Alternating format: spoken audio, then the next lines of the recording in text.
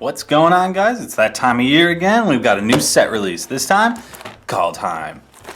This set's pretty sweet. I know there hasn't been as much hype around this set as other sets in the past, but frankly, personally, I think it's really awesome. Just because I love snow, I love the Norse theme that's going on. I think the cards are really powerful, and it's really interesting. It's been one of the most exciting draft formats that I've played in a long time. Super complex. So without further ado, let's get into it. Crack some packs. Also, there's some high value in here. There's that Phyrexian Vorinclex foil that you can get in draft boxes. We opened a regular one yesterday when we were cracking some packs. So yeah, some really good value. That Vorinclex is like $300. The regular ones, or the non-foil Phyrexian one is like what, 85, 80 in that range. So pretty good. And that card's just super sweet. Like, there's a lot of cool stuff you can do in the set. Like all the gods, I think, are pretty awesome. Especially Asika. Asika's super cool. It's a fascinating set. I've been playing pretty much only limited so far. I generally play limited for the first couple weeks. Anyway, let's take a look at this first pack. Raiders Carve. Put the tokens over there, and we'll keep the foils down here. And Starnheim Unleashed. Ooh, this is a nice one. This is a nice card. If you guys don't know what it does, let's see if we can get the camera to focus. No? No luck? Alright, well, it's 4 mana, make a 4/4 angel with flying and vigilance. And you can foretell it and then pay XX white. So it's kind of like a mini, what's the miracle card? You guys know what I'm talking about. The miracle card, or Entreat the Angels. There you go. You pay X white, make a bunch of angels. It's kind of like the same thing, but in standard. I think this set's been really nice to blue-white control. It makes the deck actually playable, I think. For Snowland, these are really pretty. I really like the new frame, like that frosty frame. They look really nice in foil. And we've got Toski, Bearer of Secrets. And then, actually, I want to talk about this card. This card's really nice. Like, it's only an uncommon, but it's super, super solid in standard. And it's got really nice artwork. You got Dwarven Hammer, and the rest of your standard commons. But yeah, back to draft. If you guys haven't been playing draft, or at least sealed for this set, I would highly recommend it. It's one of the most complex sets in the past like 4+ years, and it plays really well. Pyre of Heroes, wah wah. That's a failure. Snow is always intricate to draft every time it's in the format. It's in the, standard, or whenever it's the draft format, you know what I mean. It's always super complex because you have to be really good at reading signals, because sometimes you go into the snow deck and somebody's already taking the snowlands, then you don't end up with a good snow deck. It takes a lot of thinking on the part of the drafters, and then the cards are super complex as well. This is a cool card. Lets you foretell things that don't have foretell, and then buff itself up. It's pretty sweet. Oh, actually, let me talk about these lands before I forget. These lands are super, super solid. There's 10 of them, one for each color pair, and they all do something pretty impactful when you crack them later in the game. Super solid in draft. If you've never played with some of these lands that is a spell before, and you're drafting, I would take them very, very highly because they're free and they make a huge impact on the game. They are super, super nice. Shards for Nico Eris. Bark Channel Pathway, nice. The other half of the Pathway set. Well, not half, but you know what I mean.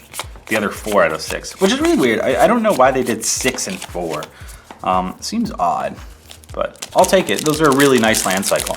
They're just elegant, clean, not too powerful, but not too weak either.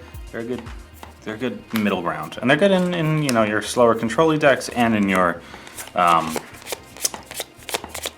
aggro decks, since they come into play untapped. They're really nice, really, really nice.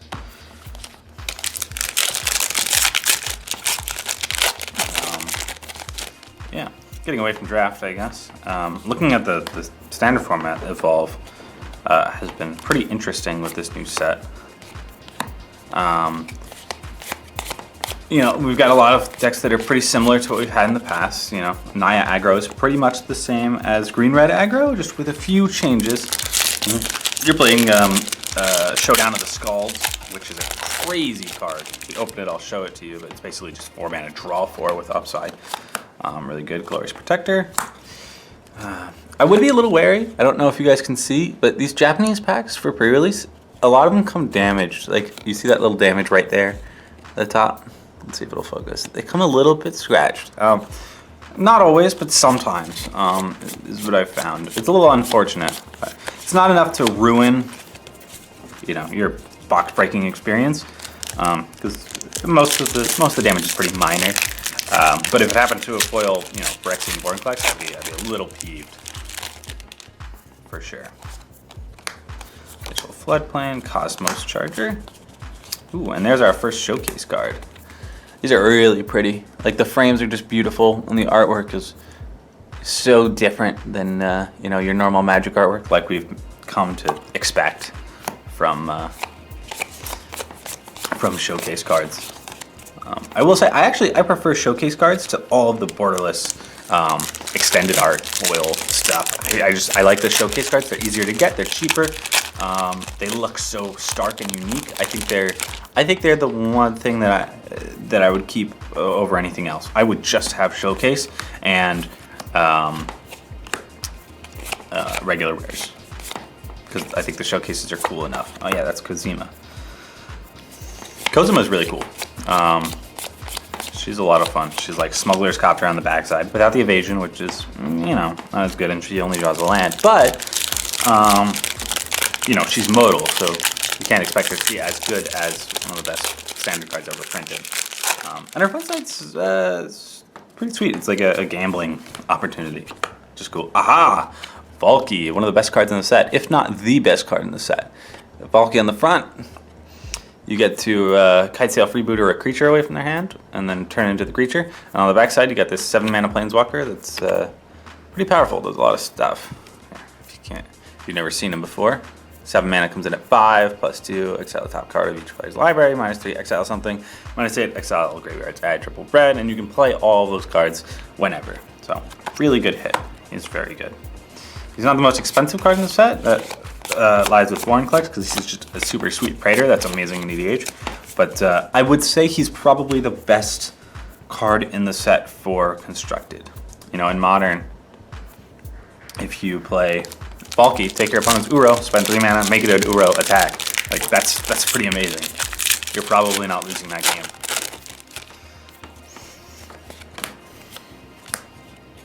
Bergie, God of Storytelling. I really like the god designs in this set. Like, having them be all modal, but none of them lands, I think is really, really cool. It gives a lot of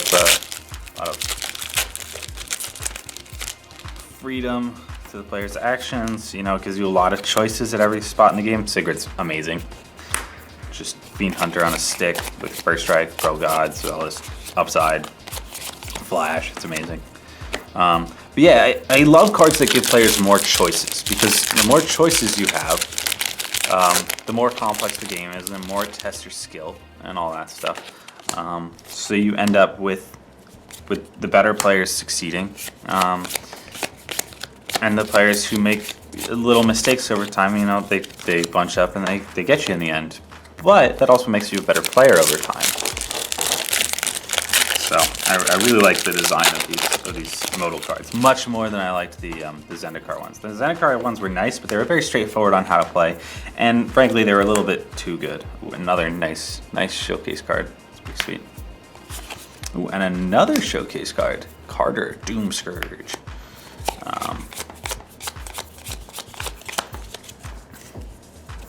Speaking of which, if you have not played one of the aggro decks in Kaldheim, either red, white, or black-red, I would highly recommend it. It's extremely fun.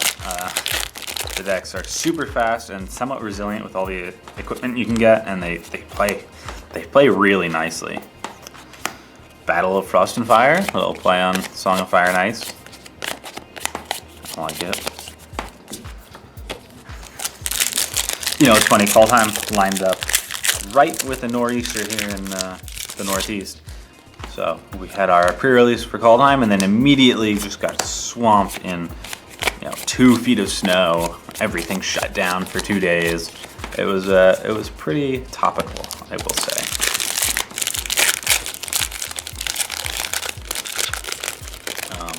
Oh, while I'm talking about standard, if you if you haven't played any standard on Arena lately, you should go play a couple games with whatever deck you want, just so you get to experience the ridiculousness that is Tybalt's Trickery.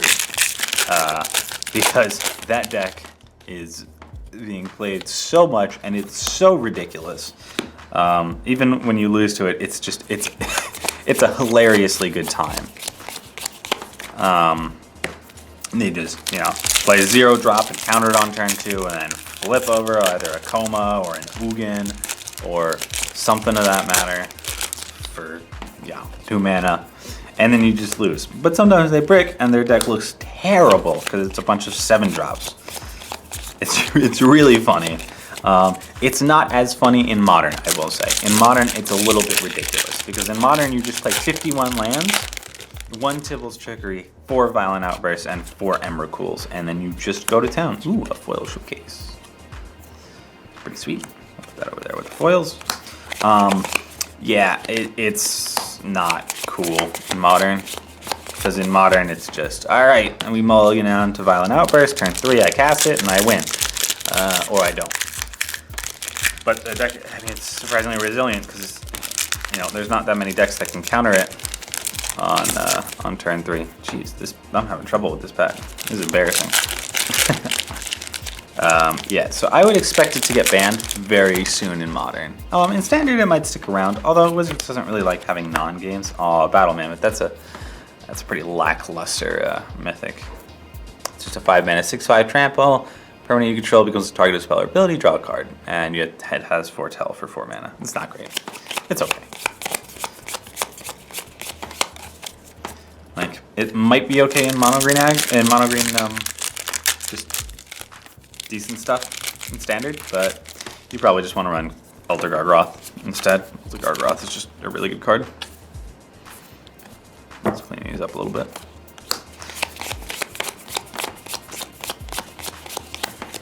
Alright.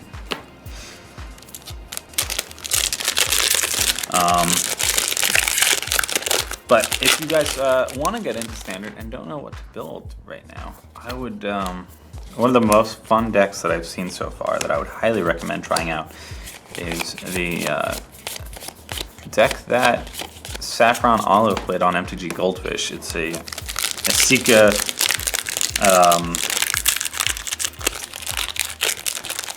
it's an Esika Kinnan deck with Goldspan Dragon that tries to turbo out the World Tree and then kill your opponent with Maskwood Nexus. It's super sweet. Because when you have Maskwood Nexus out, all of your creatures have Changeling anywhere, including your deck. And then you crack the World Tree, and you put all your creatures into play, which includes Terror of the Peaks, and your opponent dies. The only tricky part is getting to, Progenitus mana, white, blue, blue, black, red, green. But that's not a huge problem when you're playing Kinnan and Esika, because then all your creatures tap for 2 mana, and your treasures create 2 mana with your Goldspan Dragon. You can play Magda as well. Magda then taps for 2 mana, and then creates a treasure that also makes 2 mana. It's kind of crazy. And if you don't want to be so mean where you're playing Maskwood Nexus, you can also just play, Esika and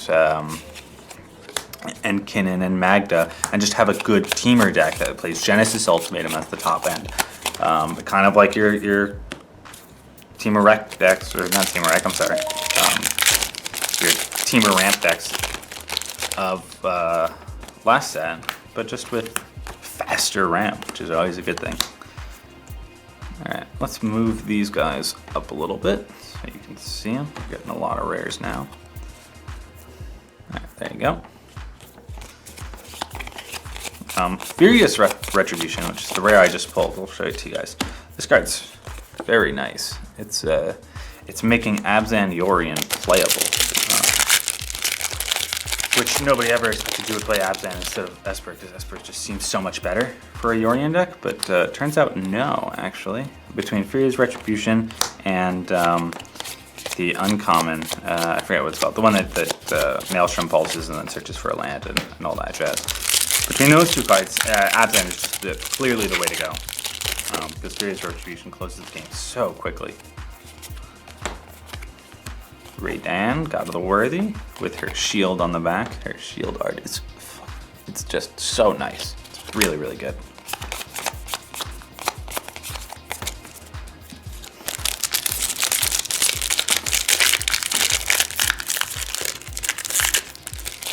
Also, if you're not aware, if you're trying to get a draft booster because you want to draft, now is the time to do it because draft boosters were underprinted.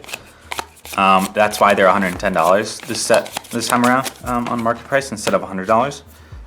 So get your draft boosters while you can because they're out of stock from distributors, which means we won't be getting more for probably another 6 months or so. Maybe a little less, maybe 4 months, but it's gonna be a long time.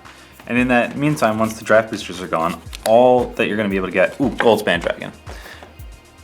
Also one of the best cards in the set, tied with Valky, I would say, because it's just a 5-mana 4/4 that gives you 2 mana back, and then if they try to kill it, you get another 2 mana back. So worst case scenario, you get a treasure for your Gold Span Dragon that you can immediately crack for 2 mana, and that means you can sometimes cast Negate to stop their counterspell. It's really, really good in your just mid-rangey Gruul decks or your mono red aggro decks. I think it's still really good in your Izzet decks. I think it goes in every red deck, and I think it's one of the best cards in Standard right now.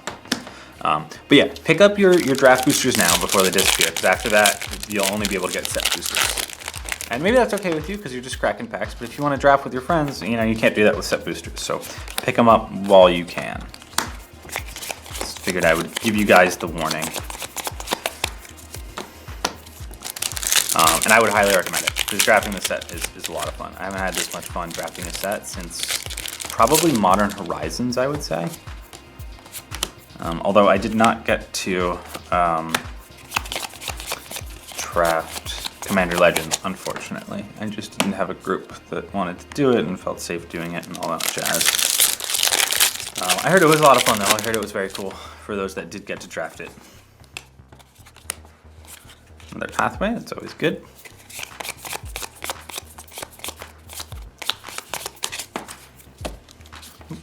There we go.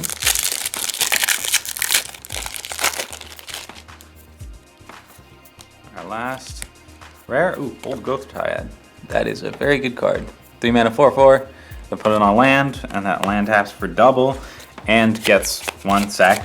Make an Old Growth Troll. Oh, sorry about that, guys. That's my phone. Should have silenced that, but that's my mistake. Alrighty, so that's the end of our break. We had some good stuff. We got Valky and we got Gold Span Dragon and Starnhunt Unleashed, which is one of my favorite cards in the set, just because I love blue-white control.